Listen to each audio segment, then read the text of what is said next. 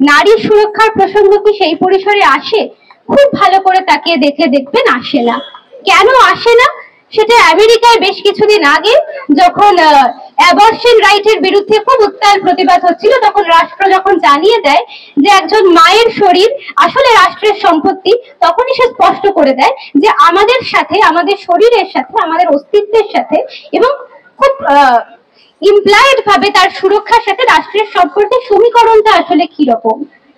রাষ্ট্র আমাদেরকে তার উৎবৃত্ত তৈরি করা কিছু মেশিন হিসেবে দেখে, বাচ্চা উৎপাদনকারী মেশিন হিসেবে দেখে মহিলাদেরকে।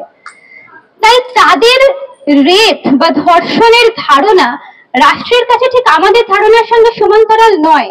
তাদের কাছে ধর্ষণ সম্পত্তি, কারো সম্পত্তি বিলুপ্ত হওয়া বা সম্পত্তিতে হস্তক্ষেপ হওয়ার মতো একটি বিষয়। একটি মেয়ের ধর্ষণ হওয়া মানে তার পিতৃতান্ত্রিক পরিবার, তার শরীরের উপর একটি অধিকার ছিল, তার যৌনতার উপর অধিকার ছিল, সেই অধিকার খর্ব হয়েছে, এই সেন্সে রাষ্ট্র ধর্ষণকে দেখে।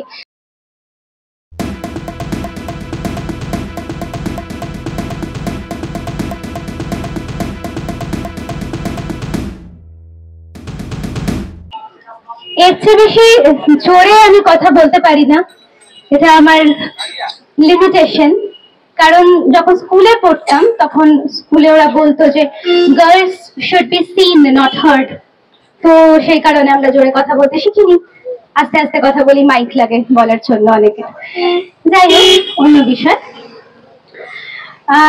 আমরা আজকে এখানে জড়ো হয়েছি একটা রাস্তার মোড়ে, আমাদের ইউনিভার্সিটির একটি রাস্তার মোড়ে আমরা জড়ো হয়েছি, দাঁড়িয়ে আছি, সামনে কয়েকটি পোস্টার।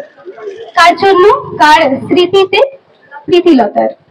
প্রীতিলতার ওয়াদেটা 24 তারিখের রাতে, 23 এবং 24-এর মাঝখানে কোনো একটি সময়, আনডিটারমাইন্ড কোনো একটি সময়, প্রীতিলতা সায়ানাইড খান খেতে বাধ্য হন। সেটা তার পূর্ব পরিকল্পিত আত্মহত্যার প্রসঙ্গ। বিপ্লবী প্রীতিলতা সাম্রাজ্যবাদী ব্রিটিশদের হাত থেকে দেশকে মুক্ত করার জন্য স্বাধীনতার আকাঙ্ক্ষায় নিজের প্রাণ উৎসর্গ করেন। স্বেচ্ছায় সায়ানাইড খেয়ে একটি পূর্ব পরিকল্পিত আত্মহত্যায় নিজেকে উৎসর্গ করেন। সেই প্রীতিলতার লেগাসি বহন করে যাদবপুরের সায়েন্স আর্টস মোড়ে আমরা দাঁড়িয়ে আছি। দাঁড়িয়ে আমরা বেশ কিছু বক্তব্য রাখছি বিভিন্ন বিষয়ে।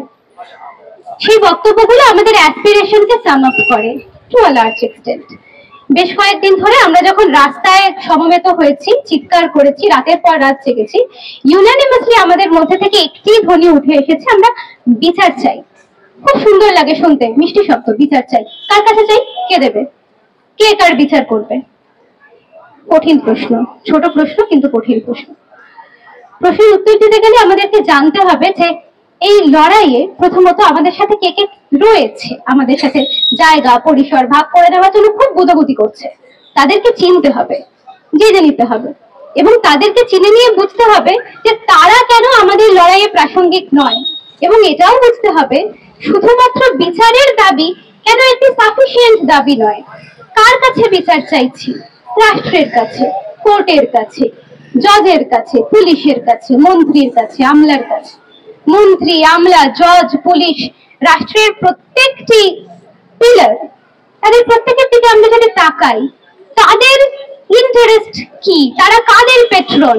কাদের ইন্টারেস্টের পেট্রন? আমাদের কি? না, একটি বিশেষ শ্রেণীর। কোন শ্রেণীর? না, যে শ্রেণী আমাদের বর্তমান ব্যবস্থার মধ্যে সমস্ত উৎপাদনের দখল নিজেদের হাতে রেখেছে, তাদের স্বার্থ রক্ষা করা রাষ্ট্রের প্রত্যেকটি পিলারের কর্তব্য। এখন তাদের স্বার্থ রক্ষা করার পরিধির মধ্যে কি আমাদের সুরক্ষার প্রসঙ্গ আসে? নারী সুরক্ষার প্রসঙ্গ কি সেই পরিসরে আসে? খুব ভালো করে তাকিয়ে দেখে দেখবেন আসে না। কেন আসে না সেটা আমেরিকায় বেশ কিছুদিন আগে যখন অ্যাবর্শন রাইটের বিরুদ্ধে খুব উত্তাল প্রতিবাদ হচ্ছিল, তখন রাষ্ট্র যখন জানিয়ে দেয় যে একজন মায়ের শরীর আসলে রাষ্ট্রের সম্পত্তি, তখনই সে স্পষ্ট করে দেয় যে আমাদের সাথে, আমাদের শরীরের সাথে, আমাদের অস্তিত্বের সাথে এবং খুব ইমপ্লয়েড ভাবে তার সুরক্ষার সাথে রাষ্ট্রের সম্পর্কে সমীকরণটা আসলে কি রকম। রাষ্ট্র আমাদেরকে তার উৎবৃত্ত তৈরি করা কিছু মেশিন হিসেবে দেখে, বাচ্চা উৎপাদনকারী মেশিন হিসেবে দেখে মহিলাদেরকে। তাই তাদের রেপ বা ধর্ষণের ধারণা রাষ্ট্রের কাছে ঠিক আমাদের ধারণার সঙ্গে সমান্তরাল নয়। তাদের কাছে ধর্ষণ সম্পত্তি, কারো সম্পত্তি বিলুপ্ত হওয়া বা সম্পত্তিতে হস্তক্ষেপ হওয়ার মতো একটি বিষয়। একটি মেয়ের ধর্ষণ হওয়া মানে তার পিতৃতান্ত্রিক পরিবার, তার শরীরের উপর একটি অধিকার ছিল, তার যৌনতার উপর অধিকার ছিল, সেই অধিকার খর্ব হয়েছে, এই সেন্সে রাষ্ট্র ধর্ষণকে দেখে।